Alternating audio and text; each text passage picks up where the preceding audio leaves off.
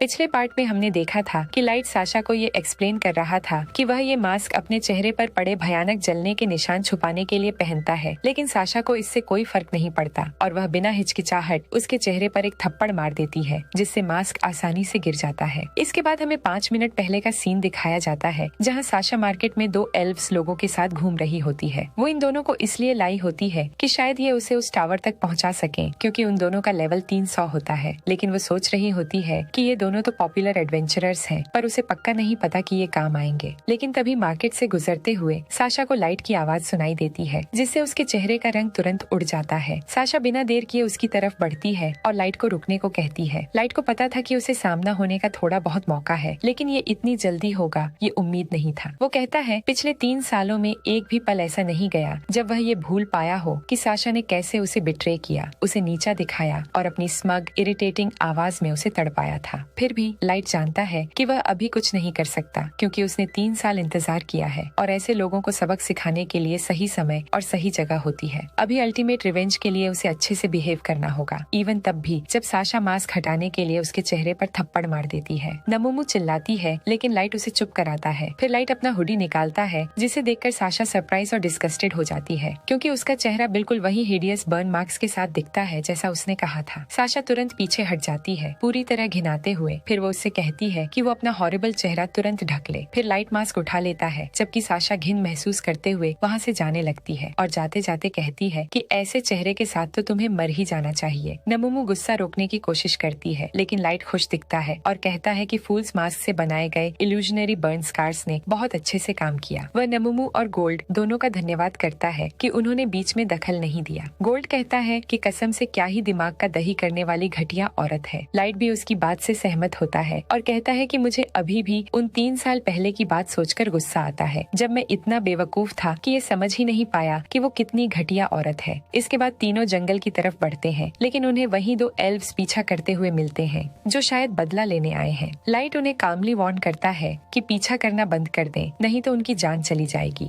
इसे सुन वे दोनों और भड़क जाते हैं, तो लाइट समझ जाता है कि ये दोनों मानने वाले नहीं हैं, इसलिए वो और तेज भागता है और एक मीटिंग स्पॉट पर पहुंचता है, लेकिन वहाँ कोई नहीं होता। अनएक्सपेक्टेडली वे दोनों एल्व्स वहाँ तक पहुँच जाते हैं, कहते हुए कि लाइट उनसे कभी नहीं बच सकता। लाइट कहता है, मुझे लगा था तुम लोग हार मानकर वापस चले जाओगे, लेकिन लगता है तुम्हारे भौंकने में दम है। नमूमू कहती है कि अफसोस है कि वे अपनी टैलेंट किसी अच्छे काम में नहीं लगाते, और गोल्ड कहता है कि अपनी खूबियों को इतनी घटिया चीजों में लगाकर उन्होंने खुद को मौत के मुंह में डाल दिया है। एल्व्स उन पर हंसते हैं और कहते हैं कि आज सिर्फ लाइट और उसकी टीम के लोग मरेंगे, तुमको तो शुक्रिया कहना चाहिए कि तुम एल्व्स लोगों के हाथों से मरोगे। लेकिन लाइट ये सुनकर साई करता है और मीरा को बुलाता है, कहते हुए कि वह इनसे निपट ले। एल्व्स उसका मजाक उड़ाते हैं, कहते हुए कि वह ब्लफ कर रहा है। एक एल्फ कहता है कि उसे उनसे पंगा नहीं लेना चाहिए था, क्योंकि अब वे उसे जमीन के नीचे दफना देंगे। दूसरा एल्फ कहता है कि अभी भी समय है, अगर लाइट उनके सामने गिड़गिड़ाए तो शायद वे उसे छोड़ दें। उसी वक्त मीरा उनके पीछे अपीयर होती है, एक विकेट सी स्माइल के साथ, और कहती है कि ये मामला 2 तरफा है, क्योंकि उन्होंने उसके डियर मास्टर के लिए घटिया बातें की हैं और अब उसकी कीमत उन्हें अपनी मौत से चुकानी होगी। दोनों एल्व्स डर से जम जाते हैं और कुछ समझ पाते उससे पहले मीरा उन्हें बेरहमी से निगलना शुरू कर देती है, जो कि सच में बहुत ही खतरनाक सीन होता है। वो कहती है कि उसे ये परवाह नहीं कि वे कितना भी गिड़गिड़ाए। यहाँ तक कि नमूमू भी थोड़ा डिस्टर्ब हो जाती है उसे यूँ पूरा निगलते देखकर, बस उनकी सोर्ड्स बाहर फेंकते हुए। जब सब खत्म हो जाता है, लाइट मीरा से माफी मांगता है कि उसने इन फालतू चीजों में उसका समय बर्बाद किया। मीरा हंसते हुए कहती है कि आप चिंता न करें मास्टर, मतलब उनका टेस्ट बिल्कुल टट्टी जैसा था, पर आपके लिए मैं खुशी से ऐसे हजारों को भी हड्डियों समेत निगल सकती हूँ। गोल्ड कहता है कि मीरा एक अच्छी टीम मेंबर है, लेकिन कसम से वो डरा देती है। नमूमू भी अनचाहे हुए उसकी बात से अग्री करती है। मीरा हंसकर कहती है कि वे सब दोस्त हैं, डरने की कोई बात नहीं। इसी वक्त आइस हीट भी वहाँ आती है और मीरा की बात का समर्थन करती है, कहती है कि उनमें से कोई भी लाइट के ऑर्डर्स को वेस्ट ऑफ टाइम नहीं मानता। सुजू भी सिर हिलाती है और उनका वेपन लॉक ये बताते हुए बोलता है कि वह आइस हीट की बात से सहमत है, मतलब कि एक तरह से ये वेपन भी बात कर सकता है। लास्ट में जैक आता है और कहता है कि तुम हमेशा मुझ पर भरोसा कर सकते हो मेरे भाई। आइस हीट माफी मांगती है कि वे सब लेट हो गए और बताती है कि वह, सुजू, मीरा और जैक ड्यूटी के लिए तैयार हैं। और मैं बता दूं कि इन चारों का लेवल 7777 है। लाइट मुस्कुराकर उन्हें ग्रीट करता है और स्कॉट ड्यूटी देने के लिए माफी मांगता है। आइस हीट कहती है कि कोई बात नहीं, और ये कि इतने सारे एडवेंचरर्स के बीच उड़कर जाना सेफ नहीं होता, इसलिए वे चलकर ही आए। लाइट उसका धन्यवाद करता है और आगे बढ़ने के लिए रास्ता दिखाओ कहता है। इस पर आइस हीट सुजू से बोलने के लिए कहती है, लेकिन सुजू चुप रहती है, जिस पर लॉक उसकी तरफ से बोलता है और माफी मांगता है। लाइट कहता है कि कोई बात नहीं, वह सुजू को जानता है और उसे खुद पर जोर डालने की जरूरत नहीं। जैसे ही वे जंगल में आगे बढ़ते हैं, गोल्ड कहता है कि उसे हैरानी है कि जैक भी साथ आया। जैक कहता है कि उसे ब्रो कोड निभाना पड़ता है और जब लाइट मेहनत कर रहा हो तो मैं आराम नहीं कर सकता। ऊपर से यह आइडिया लेडी एली का था और मैं लाइट मास्टर को अकेला नहीं छोड़ सकता। ये सुनते ही पूरी ग्रुप रुक जाती है और सारी लड़कियां उसे ऐसे घूरती हैं जैसे उसे वहीं मार डालेंगी। जैक को माहौल तुरंत समझ आ जाता है और वह पूछता है कि क्या उसके छोटे से निकनेम लाइट मास्टर से उन्हें इतनी प्रॉब्लम है। वह कहता है कि हम सब एक ही क्रू के हैं और फैंसी टाइटल्स की जरूरत नहीं। गोल्ड भी उसे चुप रहने को कहता है, लेकिन लड़कियां अब भी डिफेंसिव हैं। तो जैक बोलता है कि उनका लाइट को इतने प्रॉपर तरीके से ट्रीट करना उसे एक अकेले गॉड की जगह पर बैठा देता है और अगर वे सच में ऐसा चाहती हैं तो फिर अभी उनसे लड़ना पड़ेगा। लाइट तुरंत उसे रोकता है और कहता है कि सबके साथ झगड़ा मत कर जैक, तुम सबके साथ लड़ाई नहीं कर सकते। वह लड़कियों को भी काम होने को कहता है और बताता है कि वह और जैक एक दूसरे को समझते हैं, इसलिए सबको शांत रहना चाहिए। लड़कियां मजबूर होकर मान जाती हैं। इसके बाद सब आगे बढ़ना शुरू करते हैं, लेकिन माहौल अभी भी इतना खास नहीं था। इसी बीच लाइट आइस हीट से बात करता है और पूछता है कि वह उसे अबिस में हमेशा मेड अटायर में ही क्यों दिखती है। आइस हीट बताती है कि वह मे के अंडर मेड के रूल्स सीख रही है और इतने समय से वही पहनते रहने के कारण गॉन्टलेट्स पहनकर उसे खुद भी अजीब लग रहा है। मीरा टीज करते हुए कहती है कि तो फिर ये मेड कपड़े पहनना छोड़ क्यों नहीं देती, जिस पर आइस हीट और मीरा के बीच मामूली नोकझोंक हो जाती है, जिससे माहौल हल्का पड़ जाता है। गोल्ड भी जैक के साथ ट्रेनिंग को लेकर मजाक मस्ती करता है। दूसरी तरफ लॉक सुजू से कहता है कि लाइट को प्रॉपर रिस्पेक्ट देना जरूरी है, वरना मीरा उन्हें खा जाएगी। लाइट जानता है कि सुजू बहुत शाय है और सिर्फ अपने मस्केट लॉक से बात कर पाती है। सुजू को देखकर लाइट नमूमू से पूछता है कि सुजू लड़की है या नहीं, क्योंकि उसकी कार्ड पर उसे एंड्रोजिनस लिखा था। क्या तुम्हें पता है कि ये क्या है? नमूमू को भी इसका मतलब नहीं पता, लेकिन वह मानती है कि सुजू लड़की है और कहती है कि शायद एंड्रोजिनस कोई स्किल होगी। लाइट कहता है कि उसे एली से पूछना होगा। दूसरी ओर टावर में एली चिंता में होती है क्योंकि लाइट अभी तक वहाँ नहीं पहुँचा था। तभी वे देखते हैं कि फाइनली लाइट और बाकी सब वहाँ पहुँच चुके हैं। इसके बाद एली, नाजुना और आयुकी उसे एक्साइटेड होकर वेलकम करते हैं। लाइट उसका मास्क इल्यूशन हटा देता है। एली उन्हें टावर के अंदर ले जाती है, जो अंदर से भी उतना ही बड़ा होता है। वह बताती है कि अभी उसने कुछ एक्टिवेट नहीं किया है, लेकिन अंदर का पूरा लेआउट मैजिकल एन्चांटमेंट्स और उस टेक्स्ट से बना है जिसे उसने अबिस के डंजन कोर का स्टडी करके रिवर्स इंजीनियर किया है। टावर बाहर से आने वाली किसी भी मैजिकल या फिजिकल इंटरफेरेंस से पूरी तरह सेफ है। एली लाइट को अपना एक बड़ा समन बीस्ट दिखाती है, जिसे उसने प्लान एक्सिक्यूट करने के लिए बुलाया है। टावर की टॉप फ्लोर को वेडिंग हॉल की तरह तैयार किया गया है ताकि मेन इवेंट वहाँ हो सके। इसके बाद सब टेलीपोर्ट होकर वहाँ जाते हैं, जहाँ लाइट के लिए एक थ्रोन रखा है और जैसे ही वह उस पर बैठता है, सभी उसके सामने घुटनों के बल बैठ जाते हैं। एलिया सबको ऑपरेशन रिवेंज ऑन साशा का पूरा प्लान रिमाइंड कराती है। लाइट ने इस प्लान की नींव रखी है। साशा की रॉयल मैरिज पर उसे एक बहुत जबरदस्त रिवेंज की कोल्ड डिश खिलाकर बधाई दी जाए। एली ने प्लान में कुछ एक्स्ट्रा ट्विस्ट भी जोड़ दिए हैं। वह समझाती है कि व्हाइट नाइट्स एल्विन क्वींडम की सबसे मजबूत वॉरियर्स हैं, इसलिए उनकी अपनी फोर्सेस को टेस्ट करने के लिए उसने उनसे लड़ाई अरेंज की है। इसके बाद व्हाइट नाइट्स को कैप्चर किया जाएगा और एल्विन क्वींडम को इतना हिला दिया जाएगा कि वे मेस्ट्रो के बारे में सारी जानकारी देने पर मजबूर हो जाएं। साथ ही पड़ोसी देशों की स्थिति और मिलिट्री स्ट्रेंथ की भी जानकारी मिल जाएगी। ये टावर उसके लिए हमारे बेस ऑफ ऑपरेशंस का अड्डा बनेगा। एली लाइट के डिस्गाइज का एक शैडो क्लोन भी समन करती है और बताती है कि ऑपरेशन के दौरान ये क्लोन ब्लैक मॉटली को रैंक अप कराने का काम करेगा। लाइट आराम से बैठकर सब कुछ अनफोल्ड होते हुए देख सकता है जब तक मेन इवेंट शुरू न हो। लाइट उसे धन्यवाद देता है और कहता है कि एली हमेशा उसकी हर जरूरत का ख्याल रखती है। एली खुश होती है और बताती है कि अयुकी की बीस्ट्स साशा को टावर की तरफ भेज रही हैं। जैसे ही साशा और उसके बॉडीगार्ड्स आएंगे, उन्हें उसके पेट का सामना करना पड़ेगा। जैसे ही साशा एली के ड्रैगन को देखती है, वह तुरंत भाग जाती है क्योंकि उसे पता है कि वह ड्रैगन को हैंडल नहीं कर सकती, सिर्फ व्हाइट नाइट्स ही ये कर सकते हैं। एली लाइट को दिखाती है कि साशा ड्रैगन को देखते ही कैसे भाग गई और उसे ये भरोसा दिलाती है कि वो तब तक वापस नहीं आएगी जब तक वो व्हाइट नाइट्स को लेकर नहीं आती। और फिर वे लोग एबिस के सबसे ताकतवर योद्धाओं को एल्विन किंगडम के सबसे ताकतवर योद्धाओं यानी व्हाइट नाइट्स के सामने खड़ा करेंगे। एली गारंटी देती है कि ये लड़ाई लाइट के लिए एक परफेक्ट प्री शो एंटरटेनमेंट बनेगी। इसके बाद हम एल्विन क्वींडम को देखते हैं, जहाँ साशा जल्द ही एल्विन काउंसलिंग से मिलती है और उन्हें बताती है कि टावर के पेरीमीटर की निगरानी कई ऐसे क्रीचर्स कर रहे हैं जिनकी टेल्स की जगह स्नेक्स हैं। उसे लगता है कि यही वजह है कि बाकी मॉन्स्टर्स को एंशिएंट फॉरेस्ट के बाहर धकेल दिया गया। ये सुनकर काउंसिल गॉसिप करने लगता है, लेकिन साशा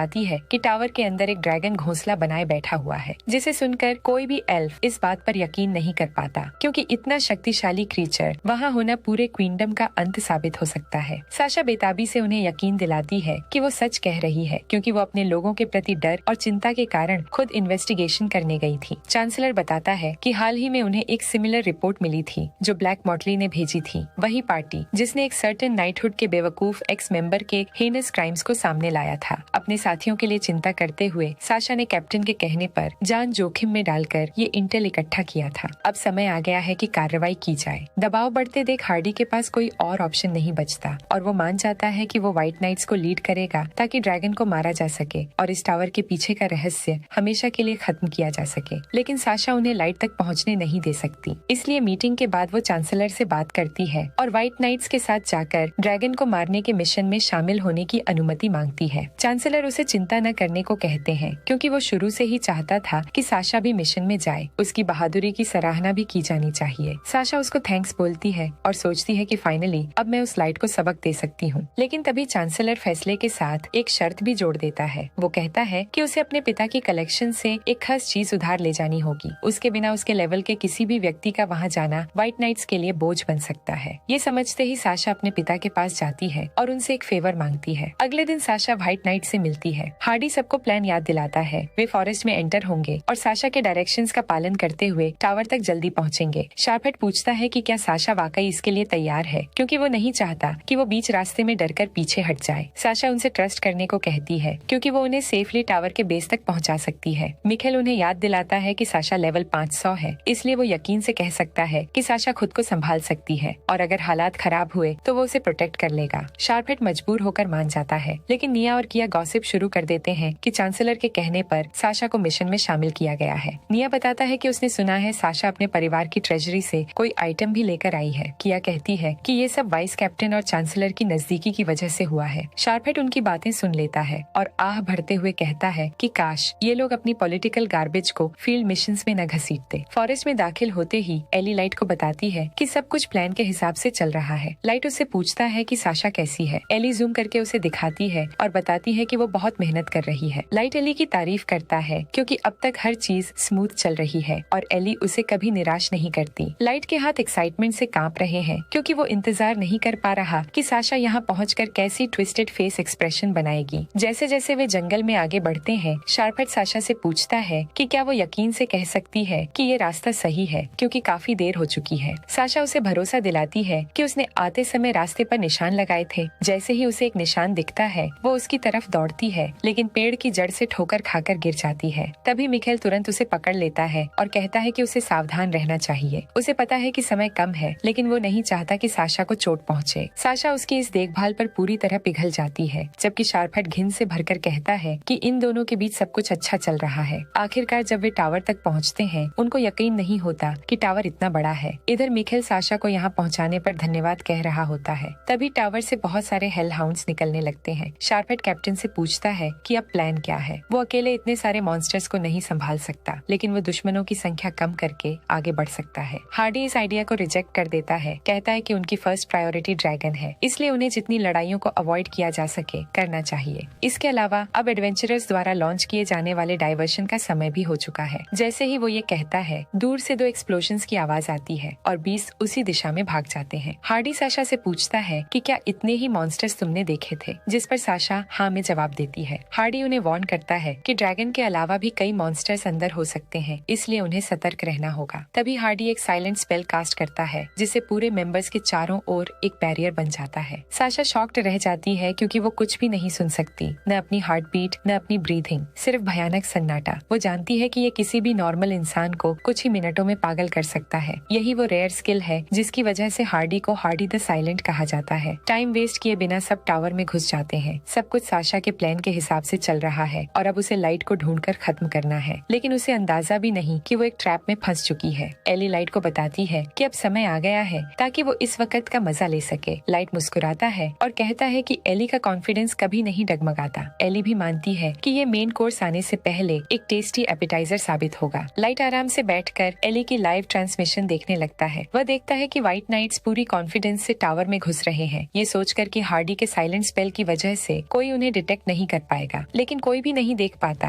कि उन्होंने एक मैजिक सर्कल पर पैर रख दिया है जो उनके नीचे एक्टिवेट हो जाता है। एक पल में हर किसी को टावर के अलग अलग हिस्सों में टेलीपोर्ट कर दिया जाता है। शार्पहेड समझ जाता है कि वो अकेला रह गया है और वो टेलीपोर्टेशन ट्रैप में फंसे हैं। मस्ट भी समझ जाता है कि उन्हें चारा बनाया गया है। हार्डी जान जाता है कि उनके फोर्सेस पूरी तरह बिखर चुके हैं। अब मिखेल साशा के साथ टेलीपोर्ट हुआ है और दोनों को एहसास है कि वे ट्रैप में फंस गए हैं। उधर लाइट अपने थ्रोन पर बैठकर इंतजार करता है कि साशा कैसे धीरे धीरे उसकी ओर बढ़ेगी, क्योंकि ये पूरा पार्टी उसी के लिए रखा गया है। और यहाँ पर होता है ये पार्ट खत्म।